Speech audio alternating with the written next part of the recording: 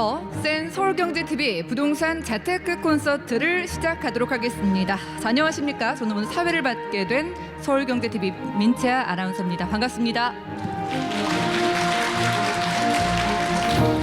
자, 본격적인 강연에 앞서서요, 서울경제TV를 이끌어가 주시는 분이시죠. 이상석 대표이사님의 환영사부터 청해 듣도록 하겠습니다.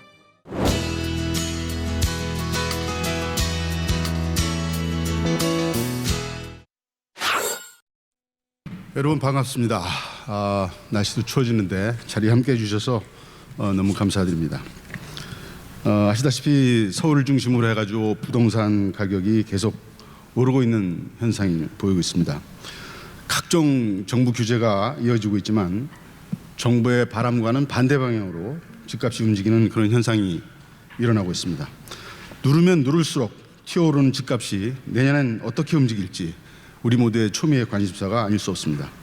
저희가 올해 부동산 시장을 진단하고 내년 시장을 전망해보는 그런 자리를 마련하는 것이 바로 이러한 이유입니다. 아무쪼록 오늘 저희가 준비한 부동산 재테크 콘서트에서 유용한 많은 정보를 가져가 주시기를 바라며 다시 한번 감사의 말씀을 드립니다.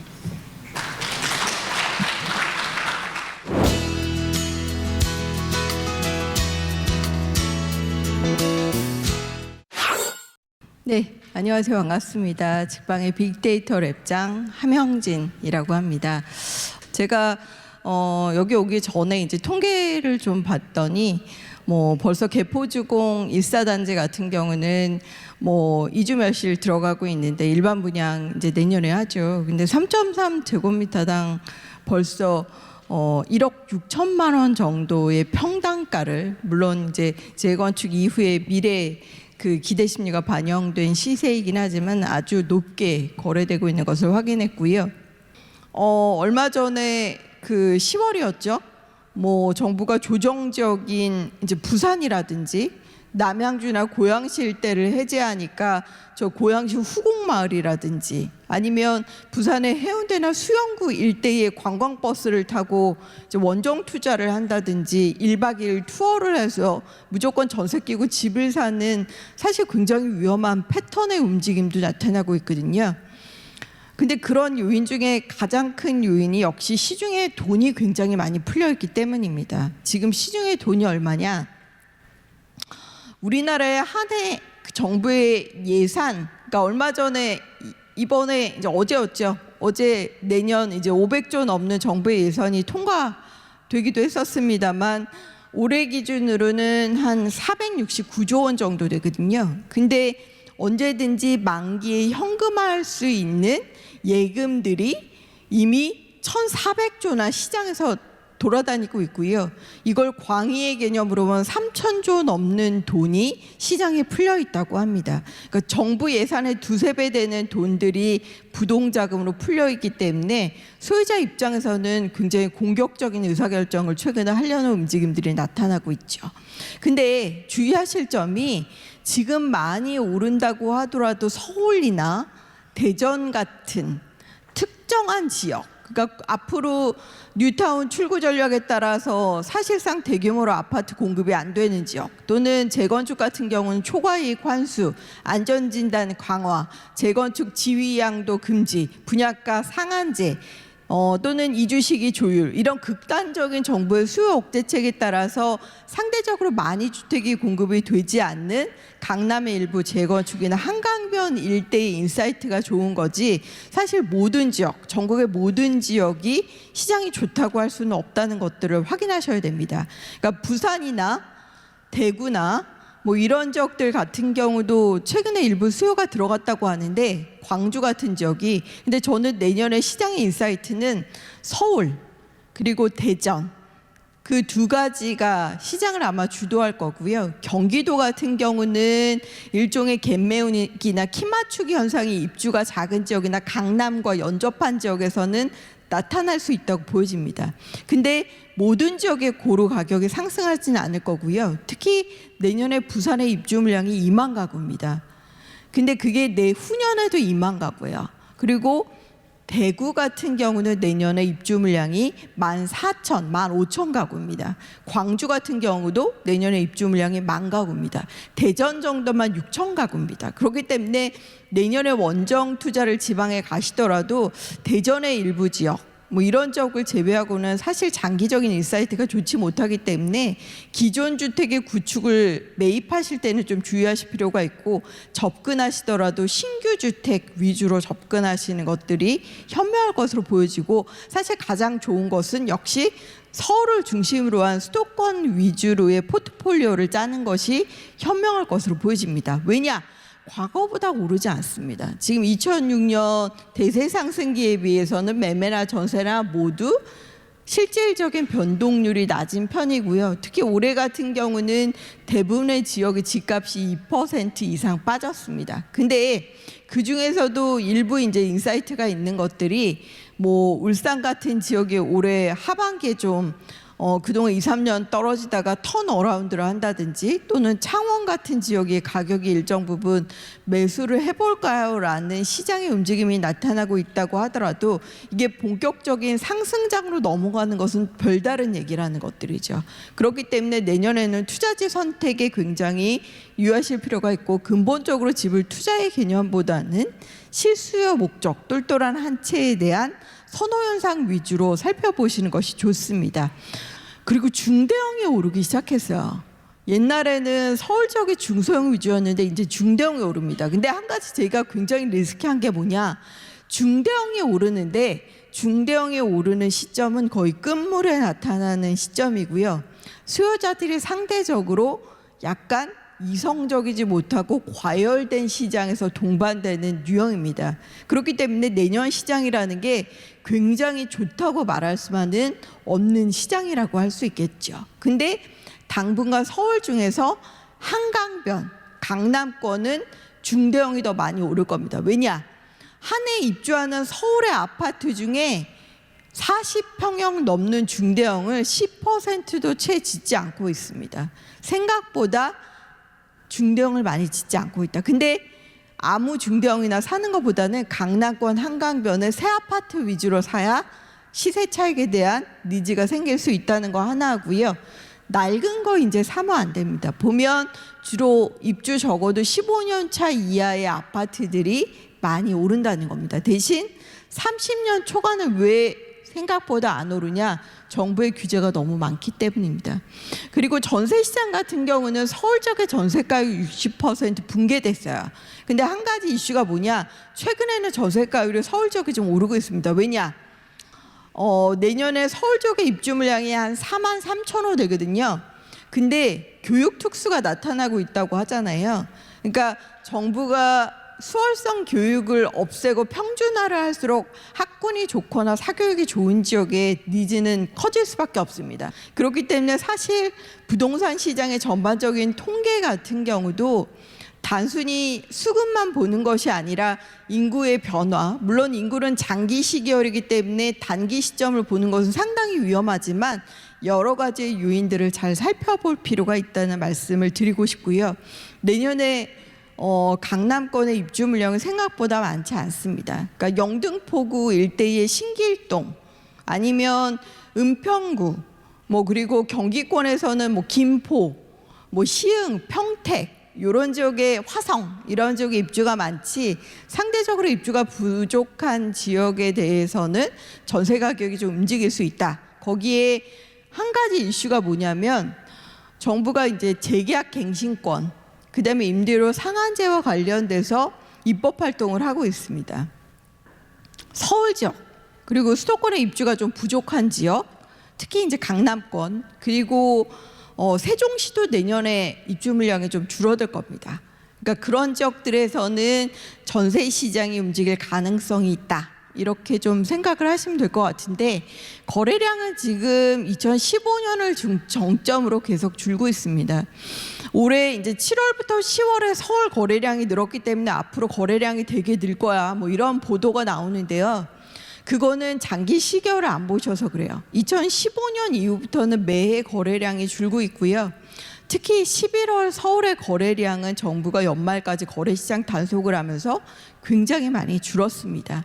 그렇기 때문에 지금의 가격이 충분한 거래량이 받쳐주면서 오르는 것이 아니다. 그렇기 때문에 전반적으로 굉장히 건전한 펀더먼털 위에서 가격이 지속적으로 파워풀하게 장기간 올라가는 것들이 가능할지는 역시 저금리의 움직임과 유동성의 힘인데, 전반적인 펀더먼털이 좋지 않기 때문에 이제부터는 일종의 살얼음판을 걷는 것처럼 내년에도 일부 오르겠지만 오름의 폭이라든지 시장 상황은 예를 들어 뭐 어디에서 크러쉬가 터진다든지, 마치 아시아에서 97년에 글로벌 IMF가 터졌던 것들이라든지, 또는 2008년에 베이징 올림픽 끝나고 뭐 유럽이나 미국에서 리먼 브러더스 사태 이후에 사실상의 금융위기가 터진 것들처럼 내년에 그런 것들이 발생될지에 대해서는 조금 더 지켜보긴 해야 되겠지만, 상당한 변수에 따라서 시장의 인사이트가 달라질 수 있다는 것들에 대한 준비를 지금은 하고, 충분히 대출보다는 자기자금, 그리고 보수적으로 가격이 일부 떨어지더라도 회복의 탄력성이 좋은 텐션 좋은 지역들을 잘 고르시는 해안들이 굉장히 중요한 포인트라고 할 수 있습니다. 내년에는 전국적으로 30만 호 정도가 공급될 예정이고요. 말씀드렸듯이 입주가 많은 지역은 영등포나 은평, 강동 이런 지역들이지만, 상대적으로 강남에는 입주가 많지 않고 사대문 아니나 성동 같은 경우는 아예 입주가 없다. 이런 것들을 보시면 될 것 같고요.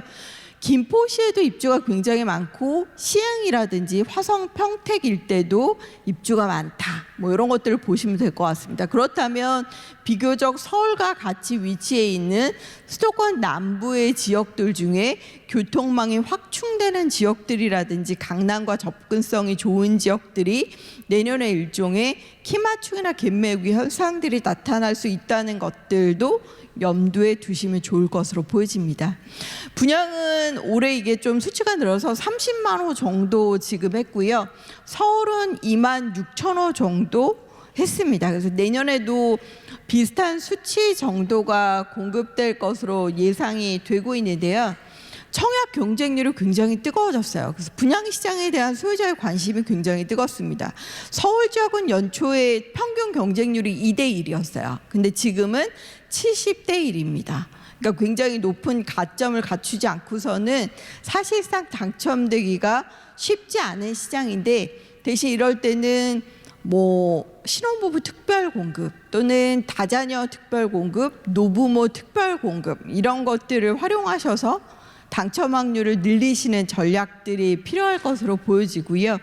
이것도 마찬가지로 서울, 광역시 위주로, 상대적으로 경기권에서는 택지 개발 지구 위주로 청약과 관련된 인사이트를 보시는 게 좋을 것으로 보여지는데요. 요즘 서울 지역은 이제 분양가 상한제 적용하죠. 그렇기 때문에 종전보다는 약 5%에서 10% 정도 내년 4월 이후는 굉장히 저렴한 물량들이 시장에 나올 겁니다. 근데 경기권 같은 경우 이제 공공택지 중에 대표적인 것들이 이제 위례 신도시에 일부 남아 있고요.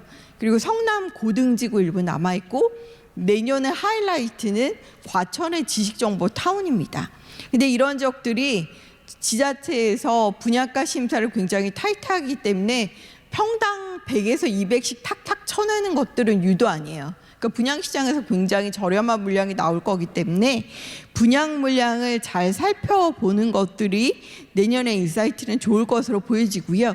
뭐 짧게 말씀드렸지만 지금의 시장 상황이라는 게 굉장히 요원할 것 같죠. 뭐 집이 무섭게 오르니까 이게 끝간데 없이 갈 것 같고, 내가 지금 집을 사지 못하면 영원히 이 대열에서 마치 떨어질 것 같은 공포심리가 있습니다. 근데 그렇게 공포심리를 가지실 필요까지는 없을 것으로 보여지고요. 산이 높으면 골이 깊습니다. 근데 지금 시점이라는 것들이 여러 가지 시장의 시그널을 보낼 수 있는 위험한 시장의 인사이트들이 나타나고 있는 부분들이 있거든요. 거기에 그 흔히 말하는 뭐 신흥국 어디에서 글로벌 금융위기 같은 시스템 리스크가 붕괴되는 현상이 터져도 이상하지 않는 시장이 지금의 시장입니다. 그러니까 글로벌리하게 금리를 낮추고 있다는 것들은 그만큼 시장의 인사이트를 제대로 굉장히 우호적으로 보지 않고 있기 때문이기도 하는데요.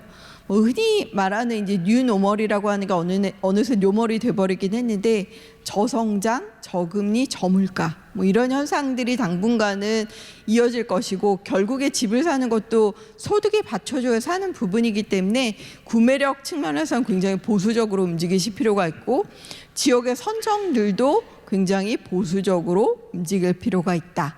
대신 수도권 그리고 서울 지역을 중심으로 보고 경기권에서는 강남권과 가까이 위치해 있는 지역, 대표적인 지역이 과천, 성남, 하남, 평촌, 광명 뭐 이런 지역들 위주로 상대적으로 새 아파트 위주의 인사이트를 보시면 좋을 것으로 보여지기도 하고요. 지방 같은 경우는 대전을 제외하고는 사실 인사이트가 그렇게 좋지는 못하다고 봅니다. 대신 부산 지역에 입주가 많아지는데 그래도 뭐 해운대 수영구 같이 마치 서울에서 강남 같은 지역들처럼 이런 지역들 위주로 좀 저평가된 것을 찾으시는 건 좋겠지만 근본적으로 입주가 많은 지역들은 좀 피하시는 것이 좋을 것으로 보여지고요. 정부가 생각보다 쉽게 물러서지는 않을 겁니다. 지금 이번 주 아니면 다음 주에 이제 보유세 개편과 관련돼서 보유세를 어떻게 늘릴 것인지에 대한 것들이 추가적으로 발표될 예정이기도 하고요. 아직 쓰지는 않았지만 재건축 허용 연한을 40년으로 늘린다든지 규제 지역에 9억 원 이하 양도세 비과세 받으려면 2년 거주 2년 채우셔야 되잖아요. 참여정부 때는 3년이었어요. 정부가 그것도 3년으로 바꿀 수도 있습니다. 뭐 보유세, 실효세율을 공시가격을 더 올리는 것들도 가능하고 최근에 표준지 단독주택 관련해서 선정하면서 실질적으로 공시가격 조사한 것의 100%가 아니라 80% 반영하는 거를 100% 반영하려고 하는 움직임들도 있거든요. 그렇기 때문에 그리고 또 하나가 종부세는 주택 부분만 세율을 올렸고 토지 부분은 아직 손을 대지 않았어요. 종부세율을 토지 부분을 올릴 수도 있습니다. 생각보다 정부가 할 수 있는 것들이 아예 소진된 건 아니에요. 그렇기 때문에 내년의 포트폴리오는 역시 수도권 그리고 지방에서는 광역시 중에 입주 물량이 많지 않은 특정 광역시 위주로 인사이트를 굉장히 좁게 가져가시는 것들이 필요할 것으로 보여집니다. 근데 어쨌든 내 자본으로 집을 사는 것 그리고 분양 시장에 대한 이점은 내년에도 매력적인 포인트들이 조금씩 나올 거기 때문에 분양시장과 관련돼서 집이 없는 무주택자가 내 집 마련하는 것들은 저는 적극 권해드리고요. 대신 추가적으로 다주택자가 포트폴리오를 바꾸는 것이 아니라 시세 차익용으로 전세 끼고 집을 하나 더 사둔다? 사실 그건 저는 권하지는 않습니다. 그렇기 때문에 본인이 보유한 자산의 규모, 본인이 가지고 있는 총액통장의 유무, 그리고 내가 어느 지역에 집을 살 건지 부채를 감당할 수 있는 능력이 있는지를 고루 살피셔서 내년에 시장의 인사이트를 좀 해안을 가지고 살펴보신다면 내년에도 좋은 결과가 있을 거라고 믿어 의심치 않습니다. 경청해 주셔서 감사하고요. 저는 이만 마치도록 하겠습니다. 감사합니다.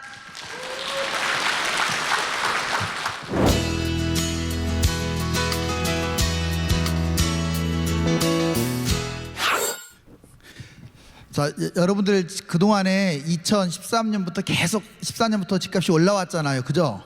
쉬지도 않고 계속 쪘습니다. 지금 14, 15, 16, 17, 18, 19 역사상 우리나라 건국 이래 최장 기록이라고 그래요. 지금 좀 시간이 지났으니까 속도를 낼게요.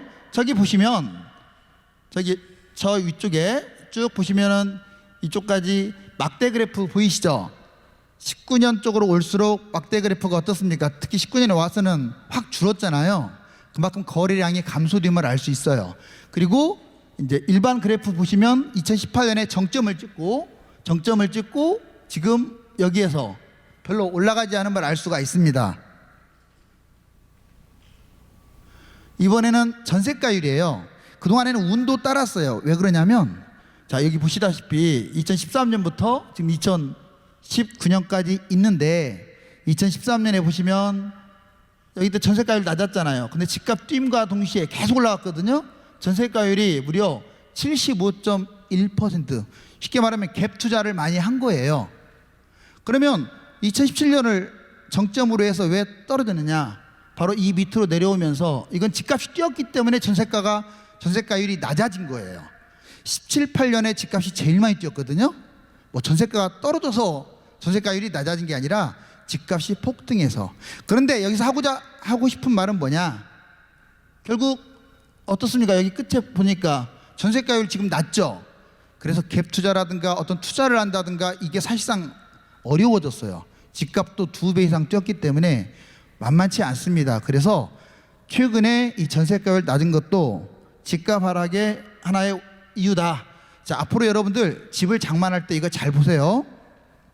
자, 첫 번째 여기 서울 있죠, 서울. 이 서울로만 접근해야 합니다. 뭐 당연한 거 아니야? 그렇지 않아요. 지도를 보세요.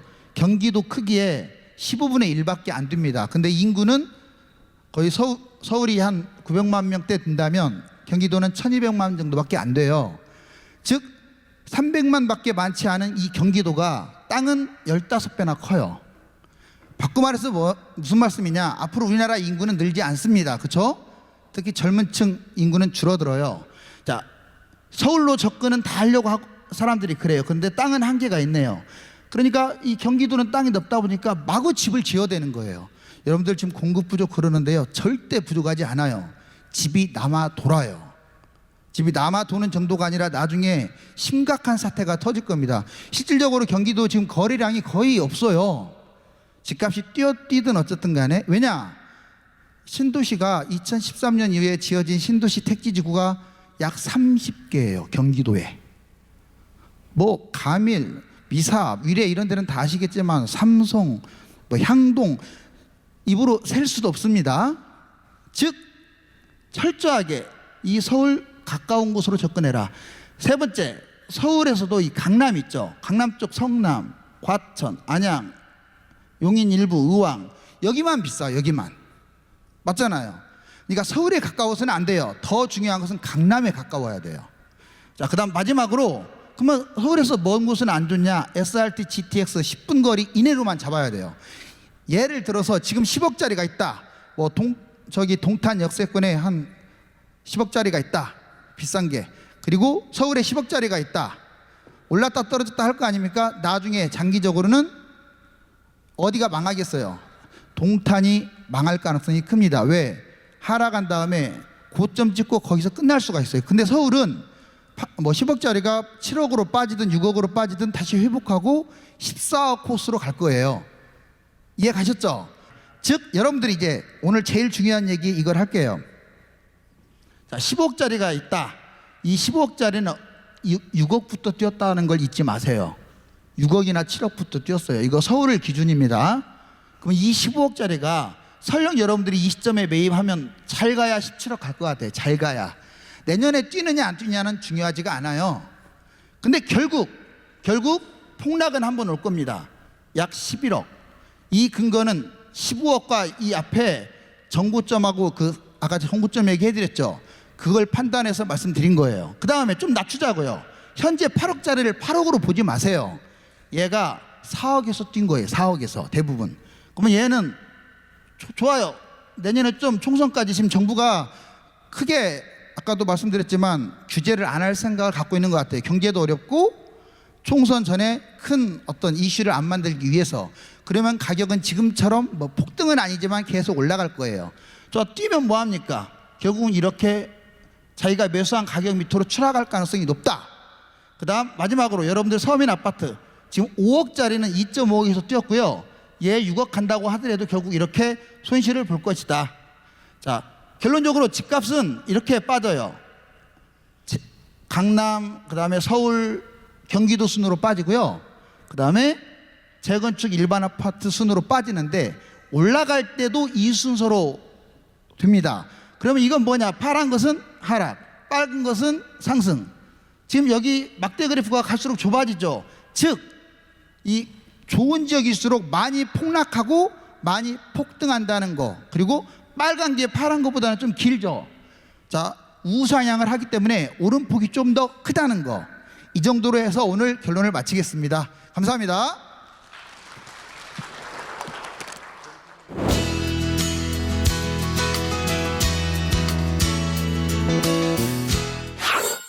일단 두 분 다 하락론으로 이제 좀 하락 이유를 제시해 주셨던 것 중에 하나가 글로벌 위기, 경제적인 침체에 대해서 말씀하셨는데, 사실 저 같은 경우는 외부 요인에 대해서 거의 부동산에 연관이 없다라고 생각하는 쪽이거든요. 그래서 제가 부동산의 가격을 움직이는 요소 중에 가장 중요하다고 생각하는 게 공급, 유동성, 심리, 이렇게 세 가지입니다. 공급은 뭐 말씀 안 드려도 뭔지 다 아실 거고, 유동성 같은 경우는 대출 규제나 이런 것들로 유동성이 어디로 몰리는지, 그리고 현재 시장의 총 유동성이 얼마인지를 보실 필요가 좀 있을 것 같고요. 그래서 유동성은 수요와 가깝습니다. 수요와. 심리적인 부분은, 심리가 안 좋아지면 공급이 많이 나오고 수요가 줄겠죠. 반대로 심리가 좋아지면 공급이 줄어들고, 왜냐하면 물건 안 팔려고 하니까, 그리고 수요는 늘어나겠죠.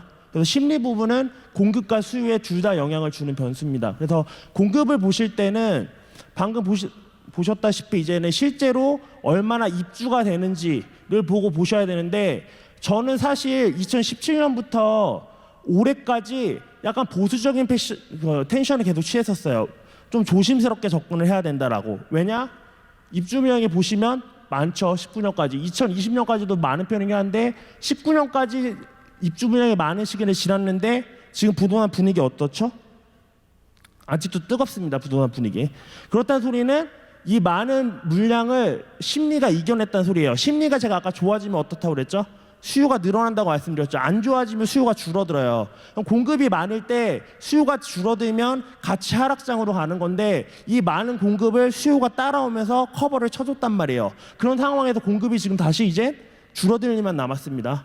그렇기 때문에 저는 당분간 공급적인 측면에서 크게 리스크는 없다고 봅니다. 거기에 두 번째로 보시면 건설사에서 지금 분양가 상한제 때문에 집을 많이 안 짓는다고 얘기가 나오는데, 분양가 상한제 때문에 집을 많이 안 짓는 것도 말이 되지만 제일 큰 문제는 지금 현재 수도권에 땅이 없어요. 택지가. 보시면 그 노태우 정권 때 노태우 대통령이 얘기를 했었죠. 나는 집 짓는 대통령으로 남겠다라고 얘기하면서 땅을 무자비하게 확보를 합니다. 이때 지금 이 수치가 그래프에 표시가 안 돼서 제가 따로 이렇게 표시를 했는데, 저 44,378이 여의도의 15배 면적이에요. 이만큼의 빈 땅을 확보를 합니다. 빈 땅을 확보를 하고 그거를 김영삼 정권까지 해서 계속 조금씩 나눠서 쓰고 있었던 거예요. 그러면서 집을 지었는데, 노무현 대통령 때 와서 집값이 안 잡히니까 택지 확보 한번 쫙 해놓고, 그러고 나서 그걸로 이명박 정권 때 쭉 쓰면서 또 한번 집값을 잡았습니다. 근데 그 이후에 지금 확보된 택지가 역대 최저입니다. 아예 땅이 없어요. 아예 땅이. 공급을 하고 싶어도요, 집을 지을 수 있는 땅이 없어요, 현재. 그래서 3기 신도시 얘기 나왔는데, 3기 신도시 그 노무현 대통령 때 2006년도쯤에 대한민국 부동산 40년이라는 책이 있는데, 그게 정부에서 나온 책이거든요. 정부에서 인정하기를 택지에서부터 입주까지는 실제로 간극이 있다. 그 간극이 7년이다라고 얘기를 합니다. 택지 확보 계획 작년 말에 나왔고 아직까지 제대로 진척이 안 되고 있습니다. 근데 작년 말 기준으로 봐도 7년이면 언제죠? 2025년 돼야지 땅이 확보가 된다는 소리입니다. 입주 시작한다는 소리예요. 그럼 그 사이에는 입주 물량이 없다는 소리입니다. 그래서 공급적인 리스크도 없고 유동성적인 거는 이미 누릴 만큼 다 눌러놨죠. 근데 전체적인 유동성으로 봤을 때 지금 M2 대비 M1 비중을 보면요, M2 대비 M1 비중은요, M2는 그 저희가 정기예금이나 이런 것까지 다 포함하는 거를 M2 통화량이라고 얘기합니다. 이게 통화량이거든요. M1 같은 경우는 정기예금 같은 거 빼고 해지 절차를 안 거쳐도 찾을 수 있는 입출금 통장에 있는 돈들을 M1 통화량이라고 합니다. 그럼 M1 비중이 높다는 소리는 은행 금리가 재미가 없으니까 이 돈으로 어디 투자할까 하고서 시중에 돌아다니는 돈이 많다는 소리입니다. 그게 2018년도에 금리 좀 오르니까 꺾였다가 지금 다시 금리 내려가고 있죠. 그러면 다시 M1 비중이 높은 상태입니다. 서울 같은 경우는 사실 이 그래프를 보시면 아시겠지만 공급량과 아주 밀접하게 관련 있지는 않아요. 가격대가. 보시면 공급 많은데 오르고 있었고 줄고 있을 때 오히려 공급이 적죠. 그래서 서울은 공급량이 아주 밀접하게 관련이 있지는 않고 오히려 통화량과도 관련이 있는데 통화량 보시면 통화량 늘어날 때 올랐고 줄어들 때 정체였고 늘어나고 있으니까 가격이 오르고 있죠. 근데 지금 이 전체적인 통화량이 꺾임새가 아니면 다시 우상향하고 있는 추세로 바뀌고 있다는 거예요. 그래서 시장에 돈이 많기 때문에 서울 쪽에 더 가격이 오를 여지가 있다고 보여지고요. 다만 여기서 이제는 리스크라고 볼 수 있는 건 이 통화량도 단기적으로 봤을 때는 한계치가 있단 말이에요. 예를 들면 지금 100억의 통화량이 있다고 하면 5년 뒤에는 대한민국의 통화량이 120억이 될 수도 있겠지만 현재 기준으로는 쓸 수 있는 돈이 100억이 최고예요. 그러면 지금 서울에 있는 아파트를 다 샀는데 100억이야. 그러면 더 이상 오를 수가 없겠죠. 돈이 없으니까. 그래서 요 M2 대비 M1B 중에서 요게 추세가 꺾이는 시기쯤이 저는 수도권의 하락장이 올 시기가 아닐까라고 생각을 합니다. 사실 유동성 부분에서. 그리고 그럼 다른 지방들을 봤을 때 지방은 매매가격 지수와 공급 물량을 보시면 대략 잘 맞아 떨어져요. 부족할 때 많을 때 보합이죠. 부족하니까 오르죠. 많으니까 보합이죠. 부족해지니까 오르죠. 대전도 마찬가지고요. 부산 같은 경우도 공급량 많으니까 보합이죠. 줄어드니까 오르죠. 공급량 많으니까 보합이죠. 줄어드니까 오르죠. 대구 같은 경우도 마찬가지입니다. 대구, 부산, 대전 같이 서울이 유동성에 더 취약한 민감한 이유는 다들 투자하면 서울, 대구, 부산 중에 어디 투자하시겠어요? 다 서울이죠. 그렇기 때문에 유동성에 서울은 민감한 겁니다. 전국이 투자 대상이기 때문에. 근데 대구, 대전, 대구 같은 경우는 부산 같은 경우는 상대적으로 실거주 수요가 많다는 소리예요. 그렇기 때문에 공급에 민감하게 반응을 하는데 지금 보시면 아까 말씀하셨지만 부산도 입주 물량이 많은 편이에요. 대구도 많고. 근데 대전이나 기타 천안이나 이런 지역들은 지금 입주 물량이 이제 꺾이고 있습니다. 그런 상황에서 그럼 서울은 여기서 크게 모를지 몰라도 전국적으로 하락장이 전반적으로 이루어지지는 않을 거다라는 게 제 생각입니다. 그래서 하락장이 오더라도 전국적으로 오는 하락장은 사실상 없고 글로벌 변수는 생각보다 크지 않다는 거를 감안하시고 지금 현재 시장을 보셨으면 좋겠고 현재 시장에서 리스크는 결국 통화량이 감소하는 게 리스크다라고 보시면 될 것 같습니다. 감사합니다.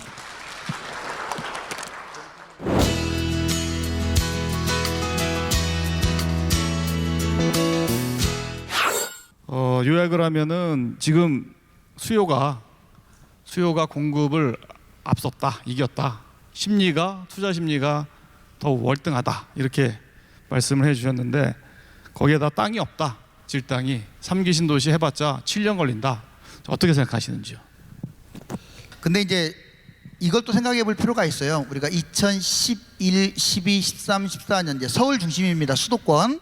그때 공급량이 제일 적었어요. 이제 보시면 알 거예요. 특히 입주 물량이 중요한 거지 분양 물량은 중요하지 않잖아요. 맞죠? 입주 물량이 그렇게 적었는데도 불구하고 폭락을 했어요. 아까 제가 보여드렸잖아요. 2013년에 바닥친 걸. 근데 오히려 2014, 15, 16, 17 갈수록 공급량이 늘어났잖아요. 근데 그때는 폭등을 했습니다. 즉 제가 드리고 싶은 말씀은 뭐냐, 수요와 공급은 해석하기 나름이고 그거 하나만 가지고 모든 걸 판단할 수 없다. 이렇게 정리를 하고 싶습니다. 그게 틀렸다는 게 아니라 수요 공급은 중요한 원칙이긴 하지만 더 중요한 외적 요인들이 많다. 네, 그 말씀은 이제 뭐 우리 이 대표님도 동의하실 거예요. 다른 여러 가지 요인들이 작용한다는 거를. 근데 지금 바로 좀 전에 그 공급이 늘어났는데도 불구하고 계속 올랐다, 뭐 공급하고 그 가격하고 일치하지 않는다, 이런 말씀 어떻게 생각하시는지요? 일단은 저도 서울 같은 경우는 아까 말씀드렸다시피 공급 수요화만으로 움직이는 게 아니라 통화량 부분도 상당히 중요하다. 왜냐하면 전국의 투자처이기 때문에 라고 말씀을 드렸던 부분이고요.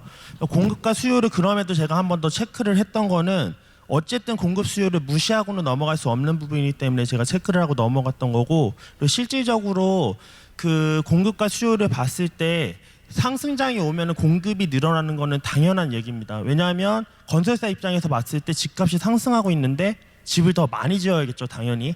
그러면 2, 3년 뒤에 당연히 입주 물량이 많아질 수밖에 없고, 그것 때문에 당연히 그 공급량 때문에 하락장이 원래 와야지 정상이거든요. 계속해서 오르기 때문에 공급이 많이 일어나서. 근데 아까 보여드렸다시피 사실 땅이 없어서 이제 건설사가 집을 짓고 싶어도 지을 수가 없는 상황이에요, 현재는.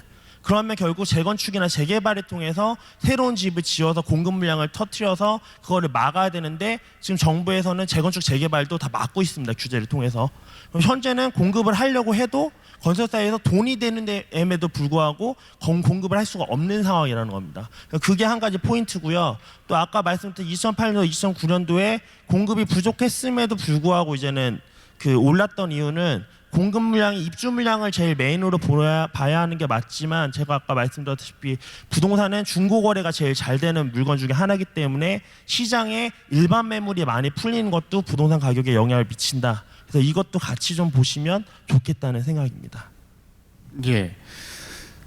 과거가 뭐 중요하죠. 그러니까 현재와 미래를 보기 위해서는요. 그런데 우리가 지금 더 중요한 거는 당장 내년이 어떻게 될지 이게 관심인데요.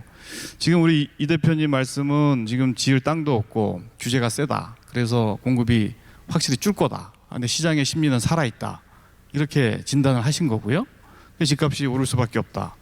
근데 이제 좀 전에 우리 김 대표님 말씀은 당장 내년이 중요하지는 않다.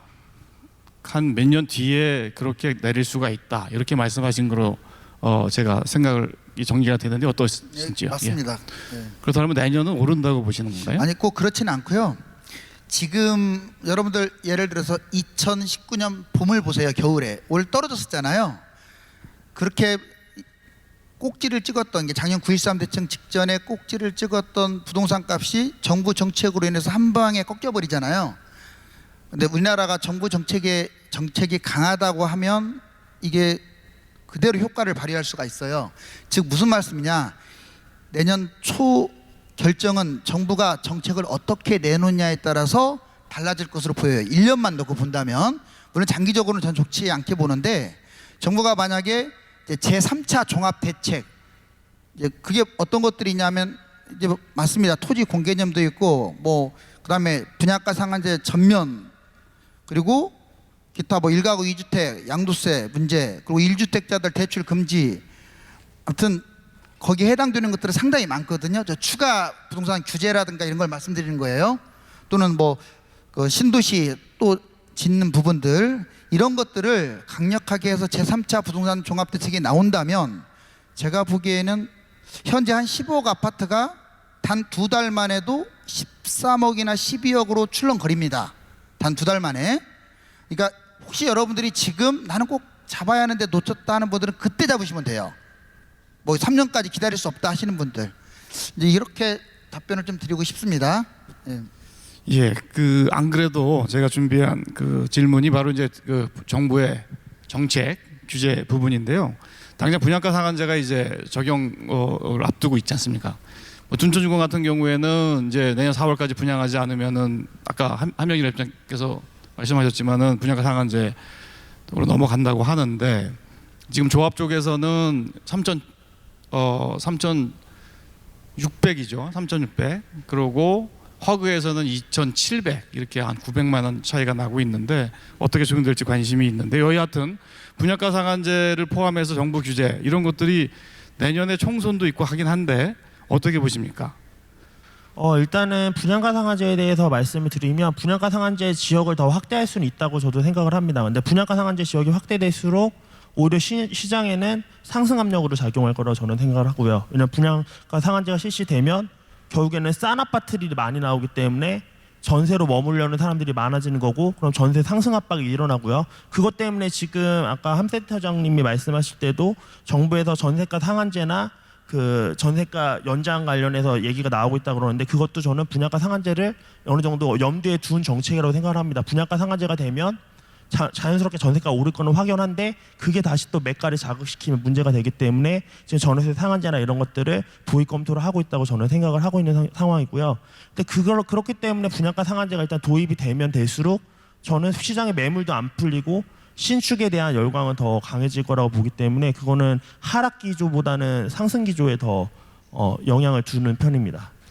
지금 이제 말씀하신 걸 좀 정리해 보면은, 짧은 시간이지만 정부의 규제 이것이 상당히 강력하게 행사가 되면 집값이 영향을 받을 것이고 상당한 영향을 받을 수 있다. 그런데 당장 내년에는 쉽지 않을 것 같다. 특히 우리 김 대표님 말씀, 김 의원님 말씀은 이 정부가 왜 그러는지 모르겠는데 뭐 이유는 뭐 말씀하셨죠. 예, 이게 너무 이제 디플레이션 이런 위험도 있고 하니까 또 중국의 그런 글로벌 경제에 위험한 요인 그런 작용도 있고 해서 쉽게 못할 거다. 하지만은 맘만 먹으면 언제든지 할 수가 있으니 그걸 대비하라 이런 말씀을 이제 집을 잡으려고 하는 카드는 차고 넘칩니다. 정부가 잡으려고 하면 지금 당장이라도 잡을 수 있다는 것은 제가 장담해요. 근데 그런 말씀에 대해서 이제 우리 이 대표님은 그것도 영향이 있지만 그거보다 더 센 거는 사실은 시중 통화량이다. 통화량 부분을 좀 더 봐야 되는데 그 당분간은 그렇게 통화량이 줄어들 것 같지는 않다 이런 말씀인 거고요. 지금 뭐 시간이 없어서 그 나중에 다음번에는 좀 더 이렇게 좀 직접 같이 Q&A 하는 같이 얘기하는 시간을 갖도록 하고요. 마지막으로 좀 더 구체적으로 지금 지방 얘기 말씀하셨잖아요. 예, 예. 그러니까 지방 쪽은 그래도 괜찮다. 예. 뭐 대전 말씀하시고 대구 말씀하시고 그랬잖아요. 대전이랑 현재는 울산, 천안 요 정도 세 군데 보고 있습니다. 내년에도 괜찮다 이렇게 보고 예. 계신 거고요. 예. 어떻게 보십니까? 우리 지금 벌집 순환 모형을 보면 지금 제일 상투, 이게 제일 위험한 곳이 어디냐면 서울, 경기, 대전. 대전은 약간 좀 더 갈 것 같기는 해요. 그 다음에 한풀 꺾인 곳이 어디냐? 대구, 광주. 그 다음에 완전 이제 바닥 쪽까지 온 곳이 부산, 울산, 경상도. 조금 이제 시작 단계에 놓인 곳이 호남, 충청, 세종 뭐 이런 데라고 보여지거든요. 그래서 그 순환 사이클은 거의 맞는 것 같아요. 그래서 뭐 여기가 나쁘다고 해서 저기는 나쁘고 그게 아니라 한 곳이 나빠도 다른 곳은 얼마든지 투자할 수 있는 곳들이 있다. 그리고 세력들이 돌면서 투자하는 것은 맞습니다. 네 말씀 두 분 감사드리고요. 이런 이슈들이 뭐 지금 여기서 끝나는 게 아니고 계속 앞으로 되지 않겠습니까? 그런 것을 우리 이제 블로그 운영하시고 또 유튜버 운영하시고 하고 또 저희 서울경제 TV도 계속 이런 보도를 하고 이렇게 할 테니까요. 계속 저희 쪽에 그 각 플랫폼에 오셔가지고 같이 또 토론도 하고 했으면 좋겠습니다. 두 분 말씀 감사합니다. 감사합니다.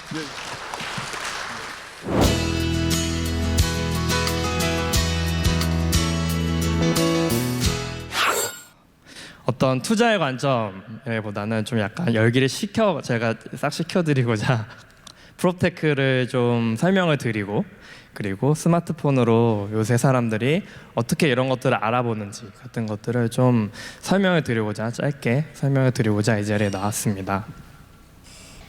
제목을 대해부라고 지어주셨더라고요. 네. 프롭테크 혹시 무슨 용어인지 아시나요?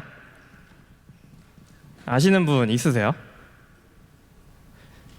네, 프롭테크라는 용어가 영국이나 미국에서 2010년 정도부터 대두됐었는데요. 그때 이제 위역이나 이런 업체들 필두로 진로나 그 많은 투자를 유치시키면서 좀 많이 발전이 되고 있습니다. 국내에는 들어온 지 얼마 안 됐어요. 한국 프롭테크 포럼이 작년쯤에 아마 설립이 됐으니까, 작년이나 올해쯤에 설립이 됐으니까 아직 지금 태동하고 있는 단계고요. 국내에는 용어 자체만 보자면 프로퍼티랑 테크놀로지 합성해서 부동산의 어떤 기술을 접목시켜서 뭔가 하는 그런 것들이라고 생각하시면 돼요.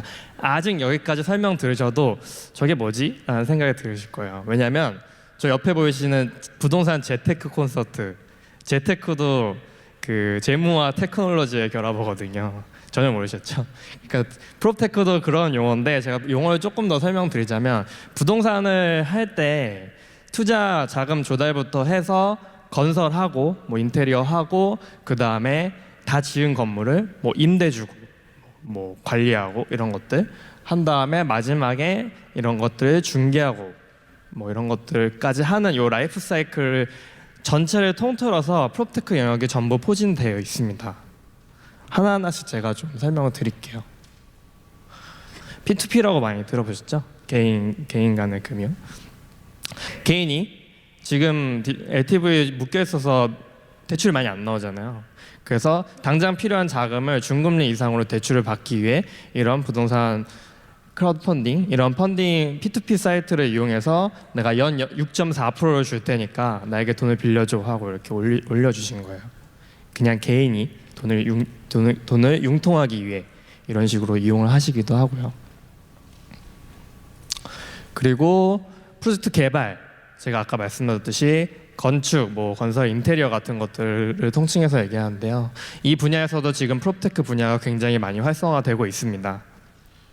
핸드폰으로 이렇게 찍어서 측정, 매저 킷이라고 해서 측정을 할 수 있는 3D 스캐너 앱을 융통을 하고 있고, 이 회사는 지금 이것만 하는 게 아니라 뭐 건설 쪽에서도 많이 활동을 하고 계신데요. 제가 뭐 일례로 사례 하나 들자면, 지금 이 강의장의 그 벽 안에 뭐가 들었는지 잘 모르시잖아요.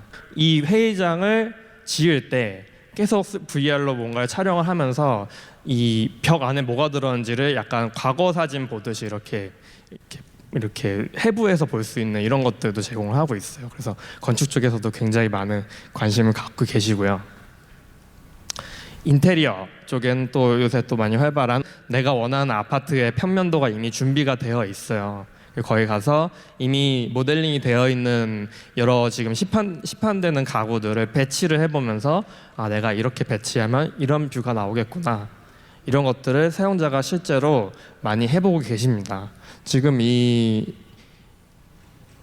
사용자가 지금 인테리어 배치를 한 건데, 이 배치를 한 거를 지금 밑에 보시면 13만 8천 명이 봤다고 되어 있는데요. 이런 식으로 지금 여러 사람들이 사이트를 이용해서 미리 인테리어도 꾸며보고 우리 집에 이런 것들을 해보고 있습니다.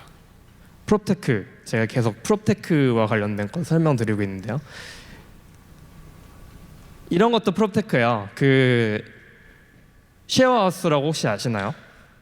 네, 그 아파트에서도 쉐어하우스가 많이 있는데, 아파트 하나를 쪼개서 여러 명이 공동으로 쓰는, 아마 여러분들이 생각하시는 뭐 하숙이나 이런 거라고 생각하실 수 있을 것 같은데, 이런 것도 좀 젊은 층을 위주로 해서 약간 공동 공간, 뭐 주방이나 거실 같은 공동 공간을 함께 공유해서 쓰고 내 개인 공간은 별도로 쓰는 이런 형태의 주거를 쉐어하우스라고 부르는데요. 이런 쉐어하우스도 굉장히 많이 활성화가 되어 있습니다. 실제로 집을 많이 뭐 요새 에어비앤비 같은 것도 많잖아요. 그런 식으로 약간 임대인들한테도 새로운 수익 모델로 각광받고 있는 방법 중에 하나고요. 여러분도 잘 아시는 위워크, 공유 오피스죠.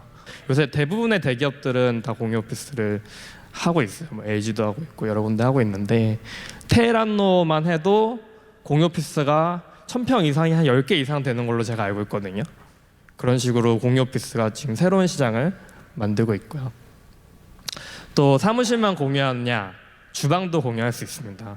요새 뭐 앱으로 많이 배달시켜서 먹는 거 아시죠? 네, 그렇게 주문 형태가 앱으로 되고 실제 매장에 방문하는 손님이 적어지다 보니까 그런 아예 방문 손님을 없애고 주문만 받는다는 형태로 이 주방을 공유해서 내가 초기 투자 비용을 줄이고 이렇게 수익 활동을 하는 이런 공유 키친 같은 모델도 요새 우리나라에 많이 활발히 진행이 되고 있습니다. 그 다음에는 중개 임대 쪽인데, 이런 쪽은 이제 여러분들도 아마 투자자분들이니까 많이 아실 수도 있어요. 이런 게 프롭테크다라고 그냥 예시로 설명을 드린 거예요. 이제 좀 프롭테크가 뭔지 대강 감이 잡히시나요? 네, 보통 기술을 접목시켜서 여러분들이 아시는 부동산의 전 분야에 대해서 이렇게 발전을 도모하는 분들이 굉장히 많이 계시고요. 지금 이 화면은 한국 프롭테크 포럼이라는 홈페이지의 첫 화면인데, 프롭테크 포럼이 출범된 지 얼마 안 됐는데 벌써 회원사가 122개, 제가 오늘 확인해 보니까 129개더라고요. 또 7개가 들었어요. 실제로 프롭테크 포럼에는 여러분들이 이렇게 지금 설명을 들으신 스타트업만 있는 게 아닙니다.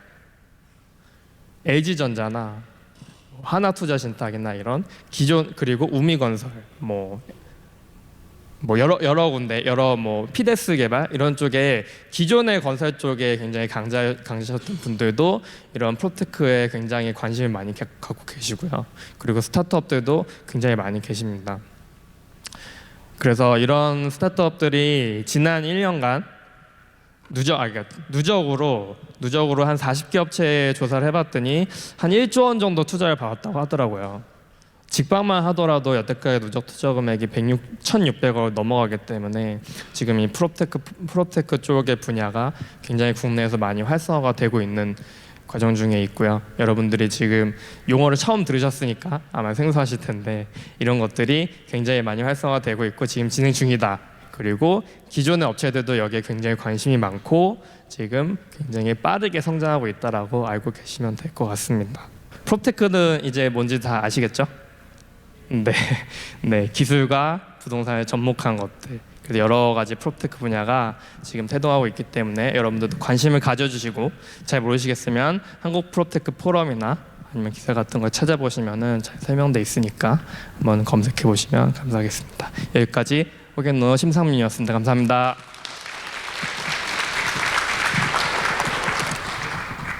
네, 센 서울경제TV 부동산 재테크 콘서트 저희가 오늘 준비한 순서는 여기까지입니다.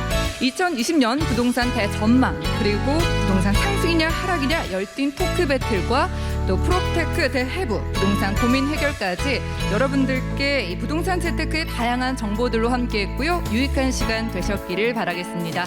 끝까지 함께해 주신 여러분들 너무나 감사드리고요. 저는 지금까지 센 서울경제TV 아나운서 민채였습니다. 고맙습니다.